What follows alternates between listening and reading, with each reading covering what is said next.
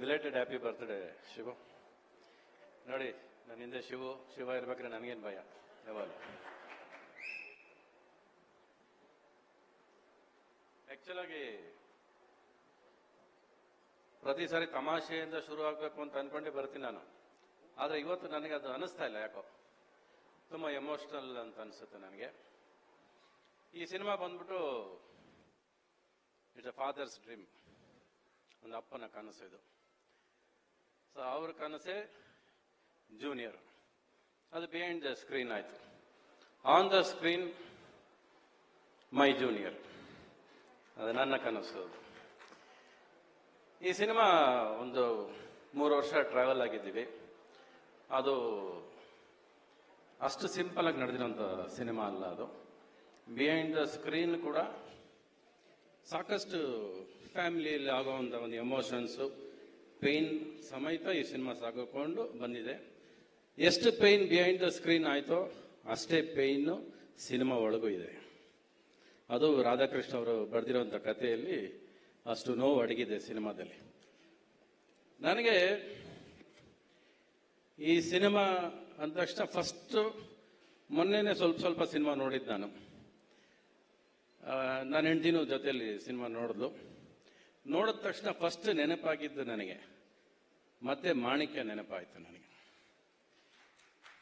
ಅಲ್ಲಿ ಒಂದು father character play ಮಾಡಿದ್ದೆ.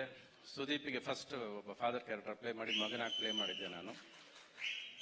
ಅದಾದ್ಮೇಲೆ ನನ್ನ ಹೆಂಡತಿ ಹೇಳಿದ್ಲು, ಈ ಸಿನಿಮಾ ಅದೇ ತರ ಅನ್ಸುತ್ತೆ ನನಗೆ ಸಿನಿಮಾ ನೋಡ್ತಿದ್ದೆ ಎಂದು. ತುಂಬಾ ಖುಷಿ ಆಯ್ತು. ಬಟ್ ರಾಧಾಕೃಷ್ಣ ಅವರು ನಿಮಗೆ ಒಂದು ಚಿಕ್ಕದ ಕತೆ ಹೇಳಲೇಬೇಕು ನಾನು. ಅವ್ರು ಹೇಳ್ಬೇಡ ಅಂತ ಹೇಳಿದ್ರು ಕೂಡ ನನಗೆ ಅದು ಹೇಳಕ್ಕೆ ಇಷ್ಟ ಆಯ್ತು. ನಾನು ಒಬ್ಬ ಅಪ್ಪನೇ ಸಿನಿಮಾದಲ್ಲಿ, ಆದರೆ ಸಾಧಾರಣವಾದ ಅಪ್ಪ ಅಲ್ಲ. ಒಂದು ಅಪ್ಪ ತನ್ನ ಮಗನ ಮೇಲೆ ಎಷ್ಟು ಪ್ರೀತಿ ಇರಬಹುದು ಅಂದ್ರೆ, ಆ ಭಯ ಅನ್ನೋದು ಪ್ರೀತಿ ಸಮೇತ ಅದು ಟ್ರಾವೆಲ್ ಮಾಡುತ್ತೆ. ಆ ಭಯದಿಂದ, ಅಪ್ಪ ಪಡೋ ಭಯದಿಂದ ಮಗನ ಅನುಭವ ಕಿತ್ಕೊಂಡ್ಬಿಡ್ತಾನೆ.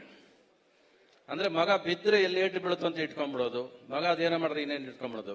ಬಟ್ ಒಂದು ಅನುಭವ ಕಿತ್ಕೊಳ್ಳೋದು ಇದೆಯಲ್ಲ, ಅದು ಅಪ್ಪನಿಗೆ ಹೋಗ್ತಾ ಅನ್ಸಕ್ ಸ್ಟಾರ್ಟ್ ಆಗ್ತದೆ. ಎಂತ ಕ್ರಿಮಿನಲ್ ನಾನು, ಎಂತ ವಿಲನ್ ನಾನು, ಎಂತ ತಪ್ಪು ಮಾಡಿದೆ, ಒಬ್ಬರ ಹತ್ರ ಅನುಭವ ಕಿತ್ಕೊಳ್ಳೋದು ಹಿಂಗಾಗತ್ತೆ. ಸೊ ಅಂತ ಒಂದು ಕಥೆಯನ್ನ ಬ್ಯಾಕ್ ಡ್ರಾಪ್ ಇಟ್ಕೊಂಡು ಬರೆದಂತ ರಾಧಾಕೃಷ್ಣ ಅವ್ರಿಗೆ ಸಲ್ಯೂಟ್ ಹೊಡಿಬೇಕು. It not A ordinary thought. ಅದು ಜನರಲ್ ಫ್ಯಾಮಿಲಿ ಎಮೋಷನ್ಸ್ ಅಲ್ಲ ಅದು. ಇದರಿಂದ ತುಂಬಾ ವೆಯ್ಟ್ ಇರುವಂಥದ್ದು. ಅಂದ್ರೆ ಒಂದು ಪ್ರೀತಿಯಿಂದ ಇರೋ ಭಯನ ಅವ್ರ ಸಿನಿಮಾದಲ್ಲಿ ಎಕ್ಸ್ಪ್ರೆಸ್ ಮಾಡಕ್ ಹೊರಟಿರೋದು. ಆಮೇಲೆ ಒಂದು ಸಿನಿಮಾಗೆ ಆನ್ ದ ಸ್ಕ್ರೀನ್ ಯಾರು ಏನ್ ಬೇಕಾದ್ರೆ ವಿಜೃಂಭಿಸ್ಬೋದು, ಏನ್ ಬೇಕಾದ್ರೆ ಮಾಡ್ಬೋದು. ಆದ್ರೆ ಸ್ಕ್ರೀನ್ ಇಂದ ಹೀರೋಗಳು ತುಂಬಾ ಜನ ಬೇಕು ನಮಗೆ. ಆ ಸ್ಕ್ರೀನ್ ಇಂದ ಈ ಸ್ಕ್ರೀನ್ ನ ತುಂಬಾ ಪ್ರೀತಿಸಿದವರು ಜನಾರ್ದನ್ ರೆಡ್ಡಿ ಅವರು. ತುಂಬಾ ಆಸೆ ಇಟ್ಕೊಂಡು ಸಿನಿಮಾನ ಶುರು ಮಾಡಿದ್ರು. ಅದೇ ತರ ನಮ್ಮ ಸೆಂದಿಲ್ ಕುಮಾರ್ ಅವರು ಈ ಸಿನಿಮಾನ ಪೇಂಟಿಂಗ್ ತರ ತಂದು ಬಿಟ್ಟಿದ್ದಾರೆ. ಸಾಯಿ ಅವರು, ನಮ್ಮ ಶಿವನ್ ಭಕ್ತರು, ಅವರು ಕೂಡ ಈ ಸಿನಿಮಾ ಬಂದು ಬ್ಯಾಕ್ ಡ್ರಾಪ್ ಅಲ್ಲಿ. So everybody have supported this screen. ಆಮೇಲೆ ದೇವಿ ಶ್ರೀ ಪ್ರಸಾದ್ ರೀ, ఏం ఎనర్జీ ఎవరికి అయ్యప్ప ಬಂದ ఎనర్జీ స్పీడ్ ఆయన పేర్లోనే దేవి ఉంది. అందరికీ మ్యూజిక్ లో ప్రసాదం ఇచ్చేస్తాడు. ఇంకేం కావాలి మనకి, ಅಷ್ಟು ಚೆನ್ನಾಗಿ ಪ್ರಸಾದ ಕೊಡ್ತಾರೆ. ಇನ್ನು ಸರ್ ಒಂದು ಕೋಇನ್ಸಿಡೆನ್ಸ್ ಏನ್ ಗೊತ್ತಾ, ಈ ಸಿನಿಮಾದಲ್ಲಿ ನಿಮ್ಮನ್ನ ಫಸ್ಟ್ ಭೇಟಿ ಮಾಡಿದ ಫ್ಲೈಟ್ ಅಲ್ಲಿ ನಾನು, ನೆನಪಿದ್ಯಾ ನಿಮ್ಗೆ? ರಾಧಾಕೃಷ್ಣನ್ ಕೂಡ ಫ್ಲೈಟ್ ಅಲ್ಲಿ ಫಸ್ಟ್ ಭೇಟಿ ಮಾಡಿದ್ ನಾನು. ನಿಮ್ಮ ಮಗನು ಕೂಡ ಫ್ಲೈಟ್ ಅಲ್ಲಿ ಭೇಟಿ ಮಾಡಿದ. 3 ಜನ ಆಕಾಶದಲ್ಲೇ ಸಿಕ್ಕಿದ್ದೀರಾ ನನಗೆ. ಸೊ ಈ ಸಿನಿಮಾ ಸ್ಟಾರ್ಟ್ ಆಗಿದ್ದು ಆಕಾಶದಲ್ಲಿ ನಮ್ಗೆ. ಸೊ ಈ ಸಿನಿಮಾ ಕೂಡ ಆಕಾಶ ಅಷ್ಟು ಎತ್ತರಕ್ಕೆ ಬೆಳೀಲಿ, ಅಷ್ಟು ದೊಡ್ಡದಾಗಿ ಆಗ್ಲಿ ಇದು ಅಂತ ಅನ್ಸುತ್ತೆ ನನಗೆ.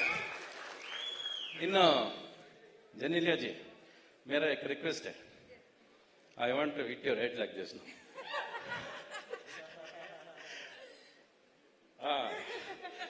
ಬೊಮ್ಮರಿಲ್ಲೂ ಯಾರು ಮರೆಯಕ್ಕಾಗತ್ರಿ ಹುಡುಗಿನ? ಅಲ್ಲ, ಯಾರು ಮರೆಯಕ್ಕಾಗತ್ತೆ? ಮರೆಯಕ್ಕೆ ಸಾಧ್ಯ ಇಲ್ಲ. ಈ ಅಮ್ಮ ಬಂದ್ರೆ ಎದ್ ನಿಂತ್ಕೊಂಡು ಓಡ್ಬೇಕು ಅನ್ಸುತ್ತೆ, ಅಷ್ಟು energy. She so much of life, ಯಾವಾಗ್ಲೂ all the time so lively, so life. ಈ ಸಿನಿಮಾದಲ್ಲಿ 2 ಹೆಣ್ಮಕ್ಳು, ಈ ಹುಡುಗಿಯನ್ನು ಕಡಿಮೆ ಇಲ್ಲ ರೀ ಇದು. ಇವಳು ಜಾಡ್ಸ್ ಓದಿತಾಳೆ ಮೂಮೆಂಟ್ ನ.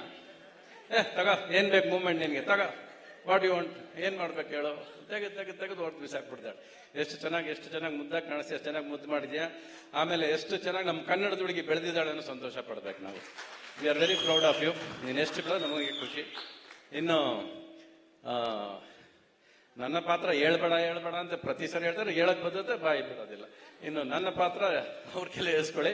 ಒಟ್ನಲ್ಲಿ ಒಂದು ಫಾದರ್ ಅಂಡ್ ಸನ್ ಇನ ಎಮೋಷನ್ನು ನಿಮಗೆ ತಲುಪುತ್ತೆ ಈ ಸಿನಿಮಾದಲ್ಲಿ. ಕಣ್ಣಲ್ಲಿ ನೀರು ಹಾಕದೆ ಯಾರು ಆಚೆ ಬರೋದಕ್ಕೆ ಆಗೋದಿಲ್ಲ.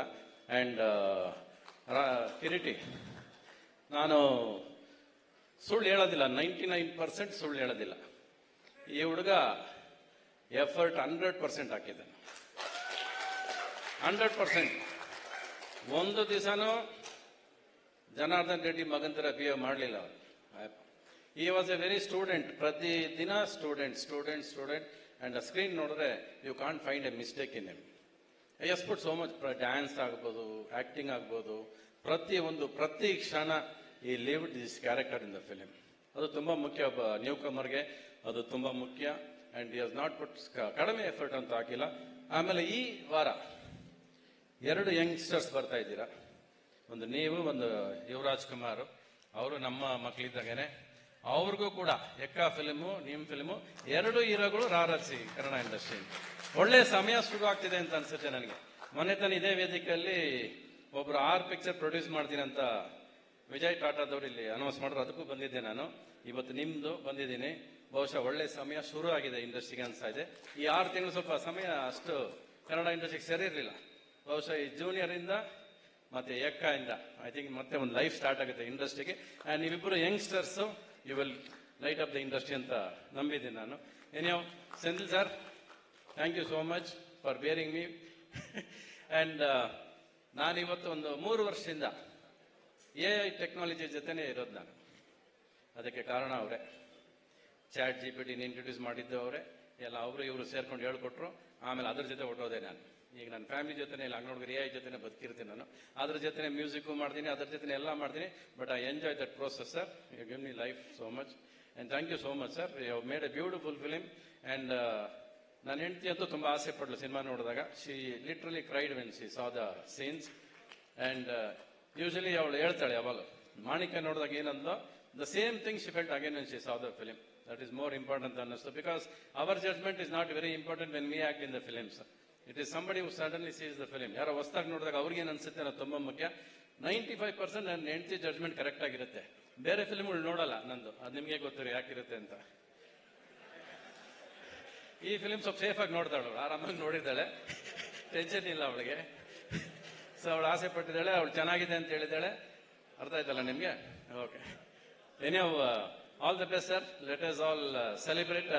ಜೆನಿಲ್ ಅವರು ಒಂದು ಒಳ್ಳೆ ಮಾತು ಹೇಳಿದ್ರು, ಲೆಟ್ ಅಸ್ ಆಲ್ ಸೆಲೆಬ್ರೇಟ್ ಅಂತ ಹೇಳಿದ್ರು. ಹೌದು, ಎಲ್ಲರೂ ಇಲ್ಲೆಲ್ಲ ಸೆಲೆಬ್ರೇಟ್ ಮಾಡಬೇಕಾಗಿರೋದು on screen from 18 July 18. Let us celebrate together. ಎಲ್ಲರೂ ಖುಷಿ.